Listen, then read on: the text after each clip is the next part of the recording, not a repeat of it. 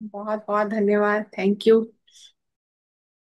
तो दोस्तों, आज का श्लोक लेते हैं। जरूरी है। तो आज हम जिस श्लोक को ले रहे हैं वो पहला जो श्लोक लिया है उससे मिलता जुलता ही है कि आत्मा अपने वस्त्र बदलती है जैसे, ऐसा ही शरीर बदलती है। जैसे हम शरीर के वस्त्र बदलते हैं, आत्मा शरीर धारण करती है नया, बदलती है शरीर, क्योंकि वो देख लेती है कि अब इस शरीर में रह के काम नहीं किया जा सकता। तो तब वो शरीर बदल लेती है, जैसे वस्त्र बदलते हैं। तो आज का जो श्लोक है उसमें भी पत्री जी हमें यही बता रहे हैं कि ये निश्चित है मृत्यु, इसे टाला नहीं जा सकता। हम अपना डेथ एग्रीमेंट साइन करके आए हैं कि इस समय, इस कारण से हम धरती से वापस आएंगे। और जो क्योंकि हम ही साइन करके आए हैं, हम ही प्लान करके आए हैं, और जब यहाँ वो समय आता है और इस तरह से कारण बनते हैं तो हम रोने लग जाते हैं कि ये क्या हो गया, मेरे साथ ऐसा क्यों हो गया। तो इसलिए इस श्लोक में ये बहुत सारी गहराई से पत्री जी ने ये चीजें समझाई हैं। तो आइए श्लोक सुनते हैं पहले। जातस्य हि ध्रुवो मृत्युः ध्रुवं जन्म मृतस्य च तस्मात् अपरिहार्येऽर्थे न त्वं शोचितुमर्हसि। जातस्य हि ध्रुवो मृत्युः ध्रुवं जन्म मृतस्य च जातस्य हि ध्रुवो मृत्युः जातस्य हि ध्रुवो मृत्युः जातस्य हि ध्रुवो मृत्युः ध्रुवं जन्म मृतस्य च तस्मात् अपरिहार्येऽर्थे न त्वं शोचितुमर्हसि। जातस्य हि ध्रुवो मृत्युः ध्रुवं जन्म मृतस्य च जातस्य हि ध्रुवो मृत्युः ध्रुवं जन्म मृतस्य च जातस्य हि ध्रुवो मृत्युः ध्रुवं जन्म मृतस्य च तस्मात् अपरिहार्येऽर्थे न त्वं शोचितुमर्हसि। फ्रेंड्स, इस श्लोक में पत्री जी हमें यही समझा रहे हैं, जातस्य ही ध्रुवो मृत्यु, ध्रुवम ध्रुवम जन्म मृतस्य च तस्मात् परिहारेर्थे न त्वं शोच तुम हर्ष, न त्वं शोच तुम हर्षि। जातस्य ही यानी जिसका जन्म हुआ है, ध्रुवो मृत्यु उसकी मृत्यु निश्चित है, ध्रुवम जन्म और जिसकी मृत्यु हुई है उसका जन्म निश्चित है। जातस्य ही ध्रुवो मृत्यु ध्रुवम जन्म मृतस्य च तस्मात् परिहारेर्थे, इसलिए जो इस ना टाले जाने वाली परिस्थिति के लिए शोक करता है, ये शोक करने योग्य नहीं है। ना तुम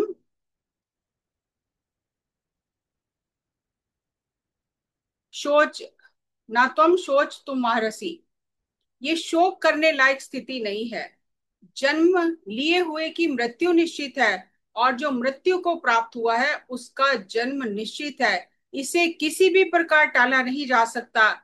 ये शोक ना करने योग्य है। ध्रुवम जन्म, ध्रुवम अर्थात निश्चित ही जो मरा है उसका जन्म निश्चित है, जिसका जन्म है उसकी मृत्यु निश्चित है। लेकिन आत्मा की कोई मृत्यु नहीं है। एक बार एक माँ का 4 साल का बच्चा मर गया। वह बहुत दुखी हो रही थी, और दुखी मन से वह एक संत के पास पहुंची, क्योंकि उसे विश्वास था कि ये संत उसके बच्चे को जिंदा कर सकते हैं। उसने जाकर कहा कि आप में सामर्थ्य है, आप मेरे बच्चे को जिंदा कर सकते हैं, आप मेरे बच्चे को जिंदा कर दे। तो संत ने कहा, अवश्य मैं जिंदा कर सकता हूँ, पर तुम्हें एक काम करना होगा।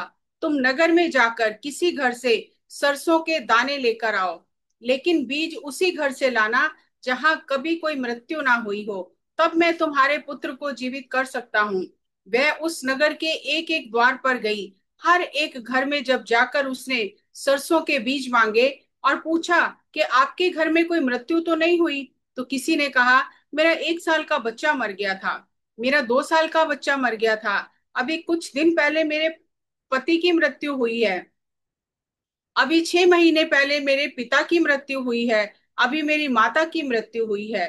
उसे कोई भी घर नगर में ऐसा नहीं मिला जहां कभी कोई मृत्यु ना हुई हो। तब उसने वापस आकर कहा कि अब मुझे ये ज्ञान हो गया है कि जो पैदा हुआ है उसकी मृत्यु निश्चित है। अब मुझे अपने बेटे की जिंदगी नहीं चाहिए, मुझे ये आत्मज्ञान चाहिए। तो उन्होंने उसे सांसों के साथ ध्यान करना बताया। जब हमारा कोई अपना शरीर छोड़कर चला जाता है तो हम बहुत दुखी होते हैं। उस समय हमें इस बात की समझ नहीं आती कि जिसका जन्म हुआ है उसकी मृत्यु निश्चित है।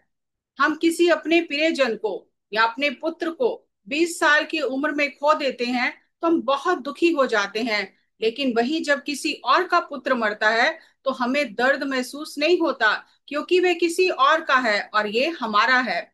इसलिए हमें दर्द महसूस होता है। किसी को लगता है मेरे साथ अन्याय हुआ है, मेरे साथ ऐसा नहीं होना चाहिए। लेकिन जिसका जन्म हुआ है उसकी मृत्यु निश्चित है। जब कोई मरता है हम रोते हैं, हमें लगता है रोना आम बात है। जब हम जन्म लेते हैं तो मृत्यु भी निश्चित ही है, इसे हम बदल नहीं सकते। क्योंकि हर कोई ये जानता है कि हर आत्मा जन्म लेने के बाद मृत्यु को प्राप्त होगी और मृत्यु के बाद फिर जन्म होगा। यक्षराज ने धर्मराज से कहा, तुम अगर मेरे प्रश्न का सही उत्तर दे दोगे तब मैं तुम्हारे एक भाई को जिंदा करूंगा। यक्ष ने धर्मराज युधिष्ठिर से पूछा कि धरती पर सबसे हैरानीजनक पाठ क्या है। तो युधिष्ठिर ने कहा, हर कोई अपने सामने मृत्यु होते हुए देखता है, लेकिन उसे लगता है कि मैं नहीं मरूंगा। हर किसी को लगता है मैं शाश्वत हूँ, मेरी मृत्यु नहीं है। जब कोई मरता है तब हम रोते हैं, लेकिन इसे हम बदल नहीं सकते। योगी जानता है कि हर एक आत्मा जन्म लेने के बाद फिर मृत्यु को प्राप्त होगी और मृत्यु के बाद फिर जन्म होगा। योगी जिसे दिव्य दृष्टि है वह ये सब देख सकता है, और ये दिव्य योग दृष्टि ध्यान से ही संभव है।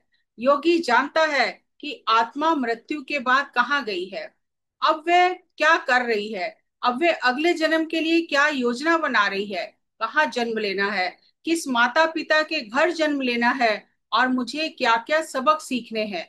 ये दिव्य योग साधना, दिव्य योग दृष्टि दिव्य ध्यान द्वारा प्राप्त होती है। हर किसी की मृत्यु निश्चित है। हर नारायण, हर योगी ये जानता है कि मृत्यु के बाद आत्मा कहाँ गई है और अब क्या कर रही है। पहली अवस्था है आत्मज्ञान। जब हम स्वयं की आत्मा के बारे में जानते हैं अनुभव से कि मैं शरीर नहीं आत्मा हूं। दूसरी अवस्था है ब्रह्म ज्ञान। जब हम ये जानते हैं कि वह आत्मा हर एक में है, जब हम सब में स्वयं को देखते हैं, कोई भेदभाव नहीं करते, तब हम ब्रह्म ज्ञानी हैं। जिस प्रकार हमारे शरीर के अंग, आंख, नाक, कान, हाथ, पैर सब मिलकर शरीर बनता है, उसी प्रकार हम इस विशाल ब्रह्मांड का हिस्सा हैं। जब पहले मैं गाता था मुझे अपनी आवाज अच्छी नहीं लगती थी। धीरे धीरे ध्यान करने से मेरी आवाज में माधुर्य आ गया और मैं आराम से गाने लगा।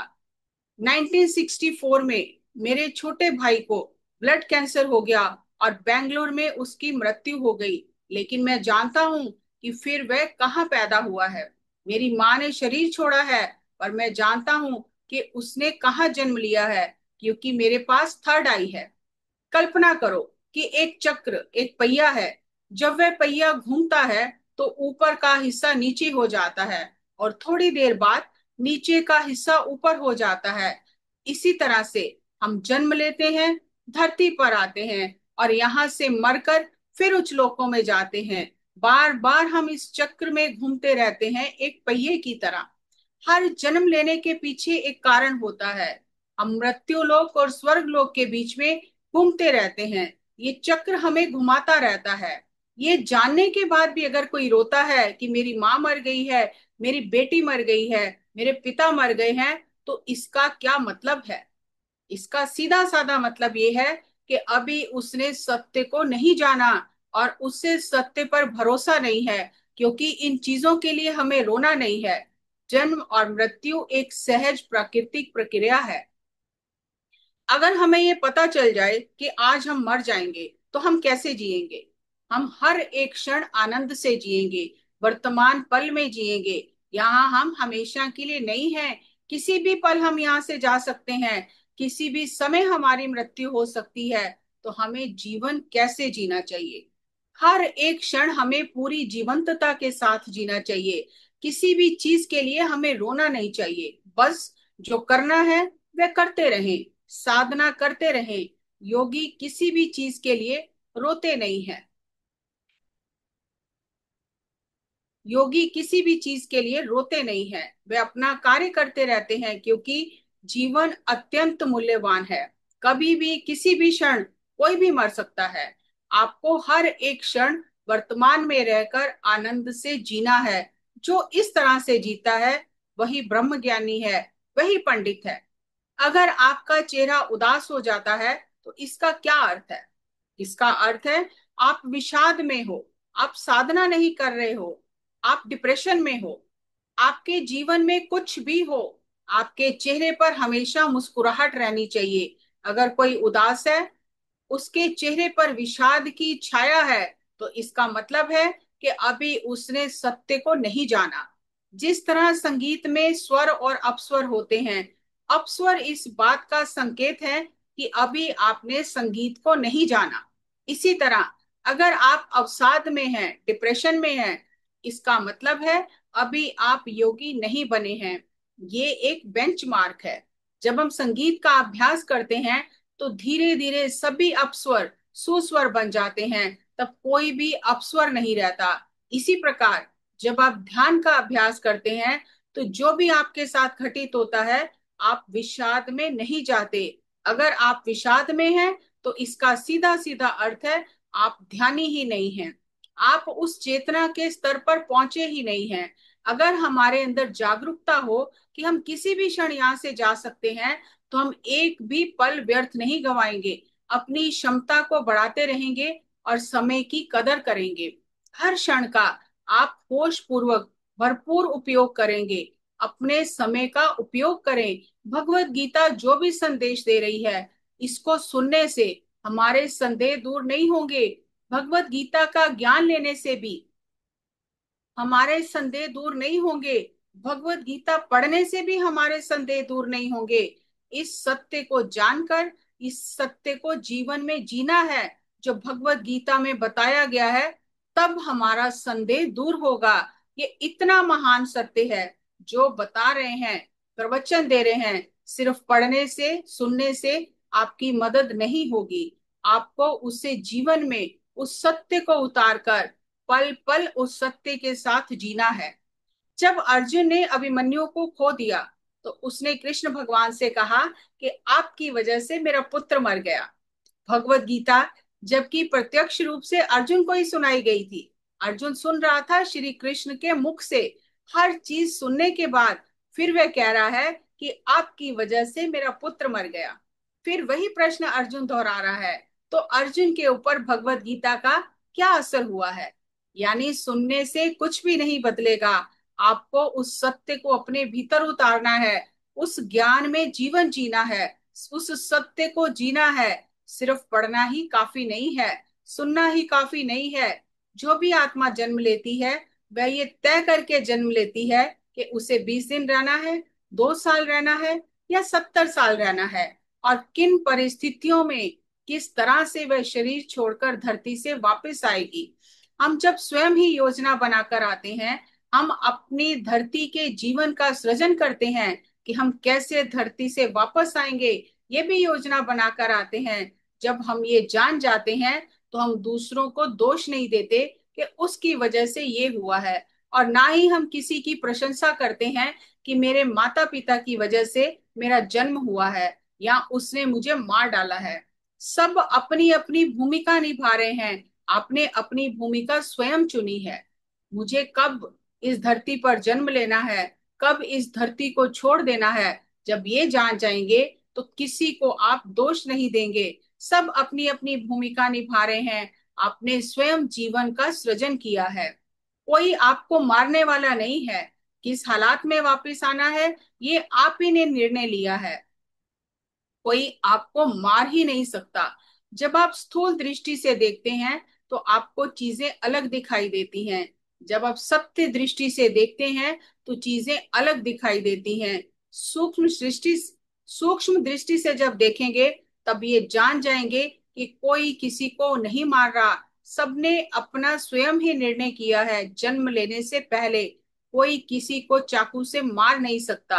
स्थूल दृष्टि से देखने पर चीजें अलग दिखाई देती हैं और सूक्ष्म दृष्टि से, सत्य दृष्टि से देखने पर अलग दिखाई देती हैं। और ये सूक्ष्म दृष्टि, ये दिव्य दृष्टि ध्यान से प्राप्त होती है। यही कृष्ण अर्जुन को कह रहे हैं, तस्मात् योगी भव अर्जुना।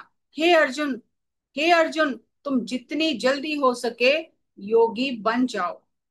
ये था इस श्लोक का पत्री जी द्वारा दिया गया व्याख्यान। कहने को तो श्लोक 2 लाइनों का है, 2 लाइनें भी पूरी नहीं है। अब आप खुद ही देखो कि सर ने उसको कितने कोणों से, कितने एंगल से पूरा आध्यात्मिक विज्ञान उसमें डाल के उसे समझाया है। और मेरे ख्याल से तो इसको और खोलने का कुछ जगह ही नहीं है कि कहाँ से और इसको विस्तार से किया जाए। इतनी सरल भाषा में पत्री जी ने हमें समझाया है। सो की पॉइंट्स डिस्कस करते हैं, एक बार दोबारा से समाप्त करते हैं। जातस्य ही ध्रुवो मृत्यु ध्रुवम जन्म मृतस्य च। जो पैदा हुआ है उसकी मृत्यु निश्चित है, और जिसकी मृत्यु हुई है उसका जन्म निश्चित है। लेकिन इसमें जो बहुत ही समझने वाला एक सूत्र सर ने दिया कि भगवत गीता पढ़ने से हमारे संदेह दूर नहीं होंगे और ना सुनने से कुछ बदलेगा। आपको उस सत्य को जीवन में उतारना है, पल पल उस सत्य के साथ जीना है, तब जीवन में बदलाव आएगा। अगर भगवत गीता सुनने से, समझने से बदलाव आ गया होता तो जरूर अर्जुन के जीवन में बदलाव आ जाता। श्री कृष्ण भगवान ने अर्जुन को गीता सुनाई है, डायरेक्ट उसने कृष्ण भगवान के मुंह से सुनी है। और फिर जब अभिमन्यु की मृत्यु हुई है तो श्री कृष्ण भगवान को उसने कहा कि आपकी वजह से मेरा पुत्र मर गया। तो क्या असर हुआ अर्जुन पर भगवत गीता का?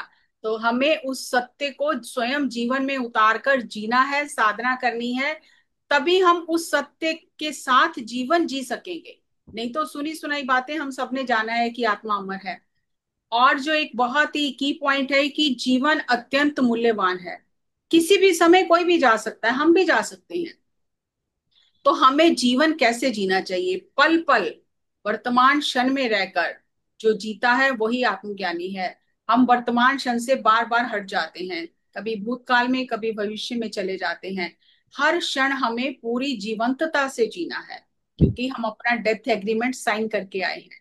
और बेंचमार्क, जो एक बहुत इंपॉर्टेंट पॉइंट सर ने बताया कि अपस्वर है अगर आपके संगीत में, तो इसका अर्थ है अभी आपको संगीत नहीं आया।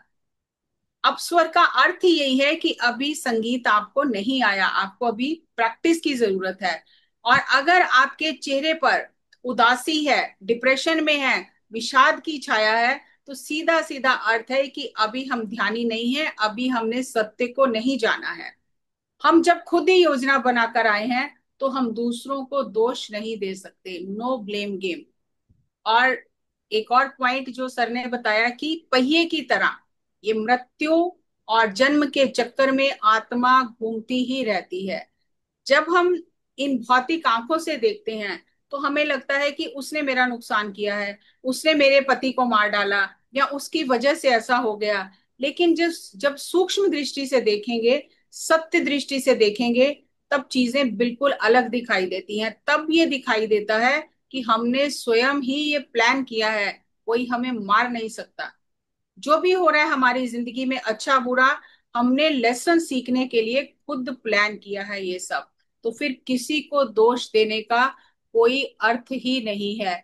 लेकिन क्योंकि अभी ये सत्य जीवन में उतरा नहीं है, तो बार बार हमारी गाड़ी पटरी से उतर जाती है, ब्लेम गेम में आ जाते हैं और भूल जाते हैं कि मृत्यु एक अटल सच्चाई है। और एक बहुत इंपॉर्टेंट पॉइंट जो सर ने बताया कि जब अपना कोई जाता है तब बहुत दुख होता है, और जब कोई दूसरा जाता है तो लगता है ये तो सत्य है, ये तो सबने जाना ही है। और यही बात धर्मराज युधिष्ठिर ने यक्षराज को प्रश्न का उत्तर देते हुए कहा कि सबसे हैरानीजनक बात यही है कि हर किसी को लगता है मैं थोड़ी मरूंगा और जाएंगे, मैं तो अभी यही रहूंगा। और यही सबसे हैरानीजनक बात है। इससे थोड़ा सा एक और एग्जाम्पल शेयर करती हूँ इससे हटके। गीता में ही श्री कृष्ण भगवान ने अर्जुन को कहा, अर्जुन ने कहा कि कई बार ऐसी स्थिति आती है जब हम निर्णय नहीं कर पाते, ये सही है कि ये सही है, ऐसा करूं कि ऐसा ना करूं, तो ऐसी स्थिति में क्या करना चाहिए। तो उस समय कृष्ण भगवान ने अर्जुन से कहा कि तुम उस समय दर्पण के सामने खड़े हो जाओ और अपनी ही आंखों में आंखें डालकर देखो और ये अपने से प्रश्न करो कि अगर ये क्षण मेरी जिंदगी का आखिरी क्षण है तो मैं क्या निर्णय लूंगा। तो तुम्हें तुरंत समझ में आ जाएगा कि मुझे क्या निर्णय लेना है, क्योंकि जब मृत्यु सामने दिखाई देती है तब अच्छे अच्छे बदल जाते हैं, तब बिल्कुल सही निर्णय लेते हैं। और जो हम गलत निर्णय लेते हैं, किसी का नुकसान करते हैं, इसका अर्थ है कि हमें लग रहा है अभी कुछ होना थोड़ी है, लेकिन अगर ये पता चल जाए कि मेरे पास यही क्षण है तो फिर हम सबको क्षमा करके आगे बढ़ जाएंगे। तो इसलिए पल पल आनंद से जीना, वर्तमान क्षण में जीना, जीवंतता से जीना, यही लेसन है।